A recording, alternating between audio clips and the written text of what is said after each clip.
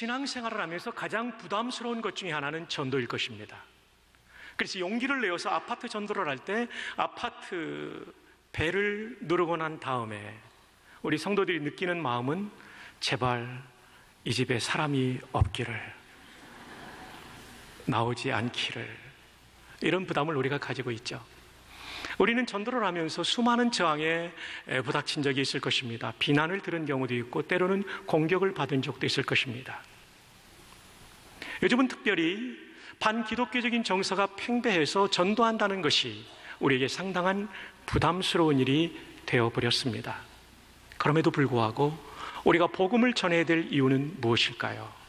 오늘 성경 본문을 통해서 그 대답을 함께 찾아가기를 바랍니다. 로마서 1장 16절, 내가 복음을 부끄러워하지 아니하노니 이 복음은 모든 믿는 자에게 구원을 주시는 하나님의 뭐가 된다고요? 능력이 됩니다. 하나님이 우리를 구원하실 때 하나님이 쓰시는 유일한 방법은 복음 전도를 통해서 우리를 구원하시는 것입니다. 자, 그렇다면 복음이란 무엇입니까? 문자 그대로는 복된 소식이라는 뜻을 가지고 있는데 무엇이 인류에게 복된 소식이 될 수 있단 말입니까? 가장 잘 설명해 주는 성경은 부활장인 고린도전서 15장 1절로 4절입니다. 형제들아, 내가 너에게 전한 복음을 너희에게 알게 하노니 이는 너희가 받은 것이요 또 그 가운데 선 것이라. 고린도 교회가 바울 사도를 통해 제일 먼저 받았던 것이 복음이었습니다. 그리고 이 복음의 기초 위에 교회가, 성도의 신앙이 서 있다. 복음이 무너지면 신앙도 교회도 무너집니다. 그래서 복음이란 두 글자는 성경의 신앙의 가장 중요한 내용입니다. 2절, 너희가 만일 내가 전한 그 말도 복음입니다. 복음을 굳게 지키고 헛되이 믿지 아니하였으면 그로 말미암아 무엇을 받으리라? 구원을 받으리라. 복음을 참으로 믿을 때 우리는 구원을 받는 것입니다. 3절, 내가 받은 것, 이것 역시 복음입니다. 복음을 먼저 너희에게 전하였노니, 그리고 복음의 내용이 설명됩니다. 이는 이하의 9절에서 설명됩니다. 특별히 이는 성경대로, 그리고 4절에 성경대로라는 문구에 물려있는 내용이 복음의 내용인데 두 가지입니다. 첫 번째, 이는 성경대로 그리스도께서 우리 죄를 위하여 죽으시고 십자가의 대속의 사건이 복음입니다. 사실 장사지는 바 되셨다가 성경대로 사흘 만에 다시 살아나사 부활이 복음입니다. 예수님의 십자가와 부활이 복음인 이유는 무엇일까요? 이 십자가와 부활은 인류의 가장 큰 문제를 해결해 주었기 때문에 복음이 되는 것입니다. 십자가로 말미암아 우리는 예수님의 대속의 피로 말미암아 죄의 용서를 받게 되었습니다. 할렐루야. 부활은 우리가 이 생명을 다한 다음에 죽게 될 터인데 죽고 난 다음에 우리는 썩어버리고 말겠죠. 그러나 예수님께서 다시 오시는 재림의 그날에 이 몸이 부활의 몸을 입을 것입니다. 만약 영혼만 천국 간다면 반토막 구원입니다. 육신까지 부활하여 천국에 있는 영혼과 예수님의 재림 때 부활된 몸이 연합하여 전인적인 구원을 누릴 때 우리는 그것을 구원의 완성이라고 부르는 거죠. 따라서 십자가와 부활이 우리에게 복음의 내용이 되는 것입니다. 자, 부활에 대해서 고린도전서 15장 51절은 이렇게 설명하고 있습니다. 보라, 내가 너에게 비밀을 말하노니 우리가 다 잠잘 것이 아니요 마지막 나팔의 순식간에 호련히 다 변화되리니. 부활은 변화예요. 근데 이 변화는 두 가지가 있습니다. 52절, 나팔 소리가 나매 트럼펫 소리가 나매 죽은 자들이 썩지 아니할 것으로 다시 살아나고, 죽은 자의 부활. 그 다음에 우리도 어떻게 된다고요? 변화되리라. 예수님 재림 때까지 살아있는 사람은 죽음을 거치지 않고 부활의 몸을 입기 때문에 그것을 변화라고 부르는 것입니다. 자, 그러면 이 부활, 이 변화의 수준은 어떤 수준일까요? 빌립보 3장 20절, 그러나 우리의 시민권은 하늘에 있는지라 거기로부터, 하늘에 있는지라 거기로부터. 따라서 하늘로부터 구원하는 자 곧 주 예수 그리스도를 기다리노니. 사랑하는 여러분, 여러분은 하늘로부터 임하실 예수 그리스도의 재림을 기다리고 계십니까? 이것이 신앙의 근본이에요. 왜냐하면 우리의 구원의 완성이 예수님의 재림의 때에 이루어지기 때문에 그렇습니다. 우리 모두가 재림을 사모할 수 있기를 바랍니다. 21절, 그는 만물을 자기에게 복종하게 하실 수 있는 자의 역사로 우리 낮은 몸을 자기 영광의 몸의 형체와 같이 변하게 하시리라. 지금 우리 몸은 낮은 몸입니다. 죄성을 가지고 죄를 짓는 몸이에요. 그러나 그때는 모든 죄성을 극복한 성화가 완성된 영광스러운 몸을 입게 될 것입니다. 할렐루야. 너무 좋지 않습니까? 이 몸은 낮은 몸인 이유는 죄 다음의 문제는 질병의 문제예요. 그때 우리 몸은 다시는 병들지 않는 강건한 몸을 얻게 될 것입니다. 그 다음에 문제는 이 몸, 지금 가지고 있는 이 몸은 죽을 수밖에 없는 몸이지만 그때의 몸은 영생하는 몸을 얻게 될 것입니다. 이 몸을 가지고 사는 한 우리에게는 근심과 걱정과 염려가 그치지를 않습니다. 그러나 그때의 몸은 감사와 기쁨과 찬양이 넘치는 몸을 입게 될 것입니다. 그래서 우리 낮은 몸을 부활의 때에 영광의 몸으로 바꾸어 주신다. 이것이 구원의 완성이요 부활이요 변화가 되는 것입니다. 그래서 복음은 우리를 구원하되 영혼만 구원하는 것이 아니라 육신도 구원하고 전 존재를 구원하는 것입니다. 그런데 이렇게만 구원을 이해한다면 구원은 죽음 이후에만 누리는 것으로 오해할 수 있습니다. 그리고 예수님 재림 이후에만 온전한 구원을 누린다라고 오해할 수 있습니다. 물론 우리의 죽음 이후에 우리의 영혼이 천국에 들어가는 것과 그리고 예수님의 재림 이후에 온전하고 궁극적 구원이 이루어진다는 것은 매우 중요한 것이고 우리에게 가장 중요한 주제입니다. 그렇지만 우리가 받은 구원은 이 땅에서도 영생을 누리는 것입니다. 그것이 비록 부분적이라 할지라도 그것을 누리는 것이죠. 어떻게 해요? 그것을 누리는 하나님 나라라는 말로 자주 사용합니다. 이때 하나님의 나라는 어떤 영토적인 개념이 아니라 주권의 개념이에요. 하나님이 왕이 되셔서 나를 다스리실 때 누리는 행복. 11절, 여호와 하나님은 해요 방패이시라. 여러분 팔레스타인 땅을 가보셨으면 아실 거예요. 밤에는 사막 기후가 얼마나 추운지 몰라요. 그러나 이른 아침 찬란한 해가 떠오릅니다. 햇살이 따스하게 조용하게 비칠 때 밤새 얼었던 몸이 녹아지는 그런 행복을 맛보는 것처럼 우리 인생에도 시련의 어두운 밤을 지날 때, 너무나도 혹독하고 춥고 외롭고 고독한 밤을 지날 때 왕이신 하나님은 햇빛처럼 나에게 다가오시는 것입니다. 이 하나님은 또 방패라고 말씀합니다. Sun and Shield라고 영어 성경에 되어 있어요. Shield. 수많은 사람들이 나에게 화살을 쏘아댈 때 하나님이 친히 방패가 되셔서 그 많은 화살을 막아주시는 은혜와 보호를 우리는 경험하게 된단 말이죠. 그러니까 구원이라고 하는 것이 죽어서 가는 것이 궁극적이고 재림 때 이루어지는 것이 완성되는 구원이지만 이 땅에서도 이 구원은 누리는 것이라는 것을 믿으시기를 바랍니다. 그래서 12절에 만군의 여호와여 주께 의지하는 자는 복이 있나이다. 우리가 부담스럽지만 복음을 전해야 될 이유는 우리의 사랑하는 가족과 이웃과 친구들에게 궁극적 구원과 더불어 이 힘들고 어려운 인생을 살면서 그 왕의 통치와 도움과 그로 말미암은 행복을 누리게 하기 위해서 우리는 복음을 전해야 될 줄 믿습니다. 그런데 우리는 이 복음이 전달되는 과정에서 굉장히 중요한 것은 하나님께서 사람들의 입을 통해서 또 손길을 통해서 전도하기를 원하신다는 거죠. 하나님이 인간을 만드실 때부터 만물의 영장으로 하나님을 대신하는 통치자로 세웠기 때문에 모든 일에 하나님은 우리와 동역하기를 원하십니다. 근데 여기서 우리가 전도에 관련해서 용어 하나를 우리가 고쳐야 될 것이 있습니다. 그건 영혼 구원이란 말이에요. 저도 많이 썼고 여러분도 많이 썼고 한국계 많이 쓰고 있어요. 근데 한 신학자가 날카롭게 지적합니다. 영혼 구원하니까 몸은 구원받지 않는 것처럼 또 영혼만 구원받으니까 교회 생활은 좋은데 밖에 나가서는 성도의 삶을 안 산다는 거죠. 이원론에 빠질 수 있기 때문에 차라리 인간 구원, 전인적인 구원 차원에서 사람 구원, 부산 시민 구원, 또는 우리 전도 대상자를 우리 교회는 헬라 말로 오이코스라고 부르니까 오이코스의 구원이라고 부르면 좋을 것 같아요. 자, 그렇다면 사람을 구원하는 방법은 무엇입니까? 고린도전서 1장 21절에 하나님의 지혜에 있어서는, 구원을 받게 하는 하나님의 지혜에 있어서는 이 세상이 자기 지혜로 하나님을 알지 못하므로, 그렇습니다. 하나님께서 깨우쳐 주지 않으면 알 수 없어요. 그래서 하나님께서 깨우치는 방법으로 누구를 쓰시는가 보십시다. 하나님께서 전도에 미련한 것으로 믿는 자들을 구원하시기를 기뻐하셨도다. 전도가 미련해 보입니다.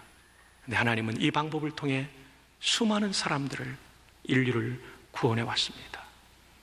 저 멀리 미국에 있던 언더우드를, 아펜젤러를 불러 사람들을 구원했어요. 때로는 복음을 전할 때 우리는 이 복음이 상식적이지 않고 과학적이지 않는 것 때문에 저항을 받을 때가 있죠. 여러분, 이 복음은 상식을 초월하는 것입니다. 창조주가 미천한 피조물을 위해서 죽어주는 그 사랑, 이 사랑의 신비를 무엇으로 설명할 수 있단 말입니까? 마침내 독생자까지 바치신 그 사랑, 그리고 나의 공로와 노력이 아니라 오직 믿음으로만 얻어진다는 것이 사람들에게는 생경스럽기만 합니다. 뿐만 아니라 동정녀 탄생이와 부활, 이것은 과학을 뛰어넘는 것입니다. 사람들은 그것을 비과학적이라고 말하지만 성경은 그것을 초과학적이라고, 초자연적인 슈퍼내추럴한 일이라고 말합니다. 저는 믿습니다. 우주의 질서를 만드신 하나님은 우주의 질서를 뛰어넘기도 하신다는 사실을. 여러분, 온천장에 가면 온천교회가 있습니다. 안용훈 목사님, 우리 유현수 목사님께서도 그러시지만 부산의 교회 연합을 위해서 얼마나 소중한 일을 하시는 분인지 모릅니다. BFGF가 열렸을 때 총괄총무로서 그 일들을 다 이끌어 가셨어요. BFGF가 뭐냐면 보이프렌드, 걸프렌드가 아니라 부산 프랭클린 그레암 페스티벌입니다. 네. 전도 집회 때 정말 수고하셨죠. 이분은 고등학교 1학년 때 친구의 전도로 예수님을 믿게 돼요. 그리고 대학 가서 어머님께 전도하니까 내가 교회 나가면 내 손에 장을 지진다, 너나 다녀라 그러셨대요. 목사가 되고도 어머님이 예수님을 믿지 않아요. 20년이 넘어도 믿지 않아요. 얼마나 마음이 아팠겠어요. 저 시골의 진성이라는 곳에서 목회를 하는데 말이죠, 하루는 집에 있는데 어머님이 와 계시는데 전화가 왔더래요. 어느 사찰의 주지입니다. 혹시 강보살님 계십니까? 강보살님이 누구냐면 안용훈 목사님 어머님이에요. 목사 사택에 주지 스님이 전화해서 어머님을 보살님이라고 부르니까 얼마나 스트레스가 되겠어요. 근데 놀라운 일이 벌어져요. 어느 날 주일 예배를 드린 어머님이 안용훈 목사님한테 말하는 거예요. 얘야, 그 찬송을 부르는데 찬송이 내 마음에 와닿고 눈물이 나더구나. 그 찬송이 무슨 찬송인지 한 번 더 찾아줘. 그 찬송가는 519장이었습니다. 구주께서 부르시되 오늘 오라 하시니 올 수 있는 기회에 긍휼함을 받으라. 널 위하여 비시는 주의 음성 들으며 주의 약속 믿어서 네 구주로 섬겨라. 그때 어머니의 나이 80세. 안 목사님이 예수 믿고 22년 만에 어머님이 회심합니다. 그리고 86세에 하나님의 부름을 받기까지 어머님은 하루도 빠지지 않고 새벽에 나와 막내 아들 목사를 위해 기도하셨다고 합니다. 여러분, 전도는 이렇게 위대한 일입니다. 한 사람의 운명을 바꿀 뿐만 아니라 구원받은 그 한 사람을 통하여 도시를 바꾸고 민족을 바꾸는 것입니다. 뿐만 아니라 그 집 전체를 구원하는 하나님의 놀라운 구원의 드라마가 펼쳐지는 것입니다. 그래서 우리는 부담스러워도 이 전도를 멈출 수 없는 것이죠. 오래전 1961년도 일입니다.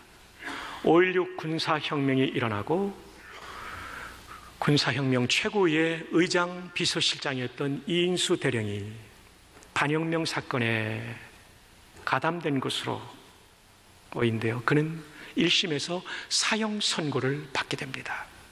그 당시만 해도 사형 선고가 내려지면 수갑 찬 채 독방에 들어가는 거예요. 그는 거기서 어머니 하나님을 만나요.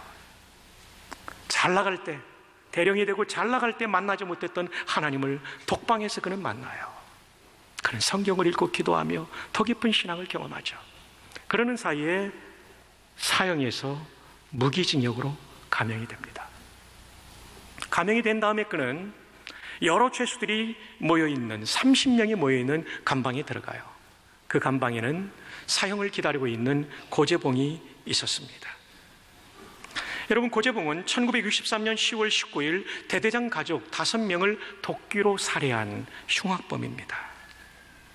이 고재봉 사건을 모르는 분들이 많기 때문에 조금 더 설명드리면, 대대장 관사에 가서 뭔가 돕고 있다가 고기를 한 근 훔쳐 나올 때 가정부에게 발각이 되고, 가정부가 소리를 지르니까 도끼로 살해 위협을 가해서 그는 살인 미수형으로 육군교도소에 7개월을 복역합니다. 그는 복역하면서 복수의 칼을 갑니다. 내가 나가면 대대장 박중령을 그리고 가족들을 다 죽여버리고 말겠다. 그는 7개월 만에 출소합니다. 그리고 깊은 밤 자기의 대대장 관사로 찾아갑니다. 그리고 깊은 밤에 대대장부터 그를 포함한 5명의 온 가족을 살해합니다. 근데 이게 웬일입니까? 내가 죽이려고 하는 박중령이 아니라 내가 알지 못하는 중령이 거기에 죽어 있는 거예요. 알고 보니까 박중령은 전추를 갖고 새로운 대대장인 이중령이 살고 있었던 거예요. 그는 도피길에 오릅니다. 그러다가 서울에서 1963년 잡히고 사형 선고를 받고 다음해인 64년에 사형 집행이 치러졌습니다. 그러니 집행 전에 이 고재봉을 이인수 대령이 만나는 것입니다. 이인수 대령은 제가 전도사 때 제가 섬기던 교회에 오셔서 간증할 때 만난 바도 있어요. 이분이 쓰신 언제까지나 당신과 함께라는 육필 수기를 보면 이런 내용이 나옵니다. 바로 고재봉이 있는 방에 내가 들어가게 되었다.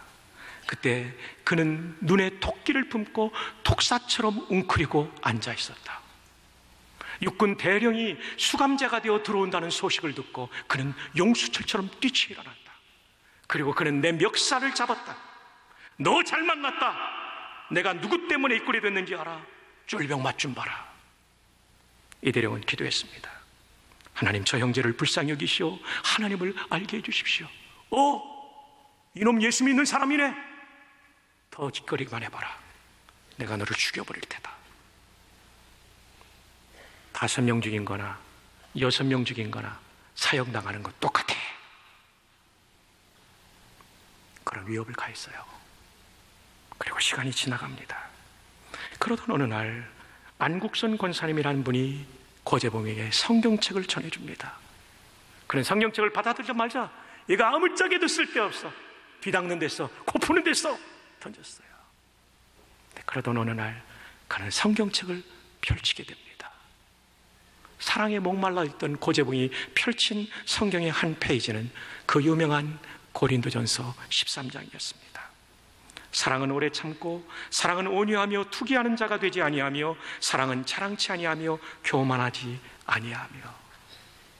성경을 읽으면서 고재봉 상병은 이인수 대령을 부르는 호칭이 바뀌었습니다. 대령님, 이 대령님. 이인수 대령은 말합니다. 나를 더 이상 대령이라 부르지 말아요. 나는 최소 980번에 불과해요. 이곳에 들어온 이상 바깥 세상의 계급장, 명예, 부귀, 영화는 이미 쓸데없는 것이 되고 말았어. 여기에 무슨 계급이 있겠어? 성경 말씀대로 헛되고도 헛된 것이었어. 영원한 것은 오직 하나님의 말씀밖에 없어. 이 대령님, 저 같은 놈도 하나님이 받아주실까요? 이인수 대령은 그 책에서 이렇게 이 장면을 서술하고 있습니다.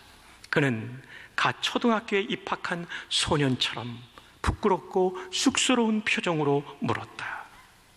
고재봉의 입에서 그런 물음이 나오다니 기적과도 같은 일이었다. 감방 안에 있는 사람들은 고재봉과 나와의 대화를 엿듣고 있었다. 이 대령이 말합니다. 하나님은 진실로 믿고 따르고자 하는 사람은 누구도 가리지 않습니다. 대령님, 나 같은 죄인도요. 맞아요. 우리 인간 모두 그리스도 예수 앞에서는 죄인이고 형제일 뿐입니다.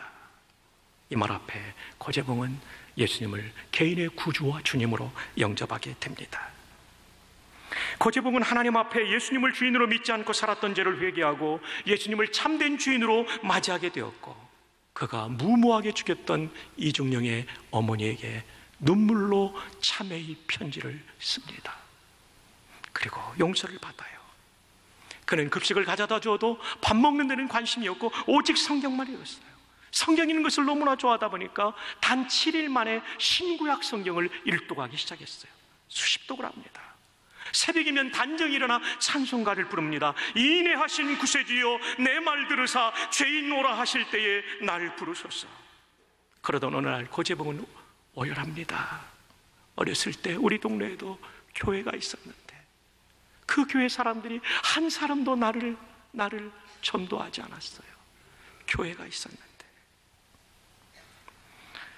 그래서 그는 날로 뜨겁게 전도하기 시작했습니다. 나는 곧 죽을 목숨이지만 앞길이 구말리 같은 자식들아, 형무소 나가거든 죄짓지 말고 살아라. 성경을 읽고 예수님을 알면 너희는 다시 나 같은 인간을 만나지 않을 것이다. 그는 격렬하고 뜨거운 눈물로 울부짖으며 전도했습니다. 그가 수감되었던 형무소에 교도관을 포함해서 2,000명이 있었는데 그 중에 1,800명이 예수님을 구주로 믿게 되었습니다. 고재봉의 전도로. 거기에는 200명의 교도관들이 포함되어 있었다고 합니다. 제가 이렇게 전도를 하고자 하는 것은 너무나도 나 자신의 처지가 안타깝기 때문입니다. 좀 더 일찍 누군가가 나를 강제로라도 예수님 앞에 이끌어 주었다면 나는 이렇듯 죄 많은 몸으로 죽어가지는 않을 것입니다. 이렇게 늦게 예수님을 안 것이 너무나 억울합니다. 어느 순간부터인지 그의 전도는 울부짖음으로 변해가고 있었습니다. 죽는다는 것이 두렵지는 않습니다. 단지 안타까울 뿐입니다. 진정으로 호소합니다. 나 같은 이 고재봉 같은 놈이 되지 않기에 예수께로 나아가십시오. 하나님의 말씀은 여러분을 은혜로 충만케 하실 것입니다. 이곳에서 나가거든 다시는 이곳에 들어오지 말고 착하게 사십시오. 내 안에 주님이 살고 주님이 내 안에 사는 것이 인생의 최고의 행복입니다. 사형 집행일을 고재봉은 자신의 죽음을 준비하고 있었습니다. 평상시와 다름없이 이른 새벽에 일어나 그는 기도하고 찬송하고 성경을 읽었습니다. 형무소 안은 눈물바다가 되었지만 고재봉은 침착하고 담대했습니다.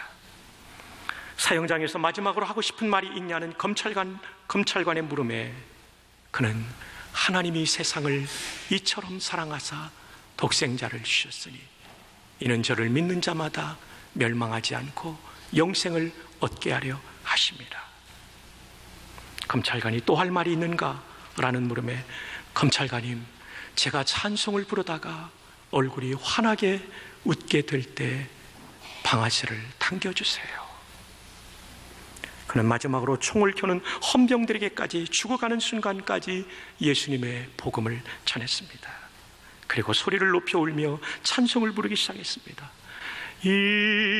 인애하신 구세주여 내 말 들으사 죄인 오라 하실 때에 날 부르소서. 그는 이어서 내가 천성 바라보고 가까이 왔으니 아버지의 영광 집에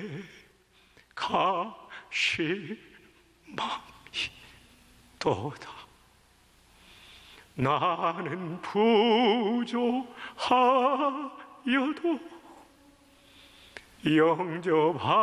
영접하실 터이니 각 나라 계신 임금 우리 구주의 예수라. 고재봉은 이 찬송을 부르는데 나는 부족하여도, 나는 5명이나 도끼로 찍어 죽인 살인범이지만 나는 부족하여도 나를 용접하실 터이니, 이 찬송을 부르면서 눈에는 눈물이 흘렀지만 얼굴에는 환한 웃음이 띄어졌다고 합니다. 그때 총성이 퍼지며 고재봉은 이 생을 마감했습니다. 그리고 그는 죽음을 넘어 주님과의 더 깊은 사랑 속으로 들어가게 되었습니다. 사랑하는 여러분, 전도는 이렇게 소중한 것입니다. 인수대령의 전도, 성경을 넣어준 권사님의 전도, 그리고 교회사는 증언합니다. 수많은 목회자들과 성도들의 편지를 통한 전도가 고재봉을 구원한 거예요. 누가 이 사형수를 구원할 수 있단 말입니까? 누가 이 사형수에게 영생을 줄 수 있단 말입니까? 누가 이 사람에게 죽음의 두려움을 이기게 할 수 있단 말입니까? 누가 이 살인범을 1800명의 사람을 구원하는 전도자로 만들 수 있단 말입니까? 오직 예수님뿐입니다. 그리고 오직 예수님을 전하는 전도뿐입니다. 내가 복음을 부끄러워하지 아니하노니, 이 복음은 모든 믿는 자에게 구원을 주시는 하나님의 능력입니다. 부끄러워하지 말고 이 소중한 복음을 전하는 일에, 가족과 이웃과 친구를 살리는 일에 최선을 다하는 우리 모두가 되기를 주 예수님의 이름으로 축복합니다.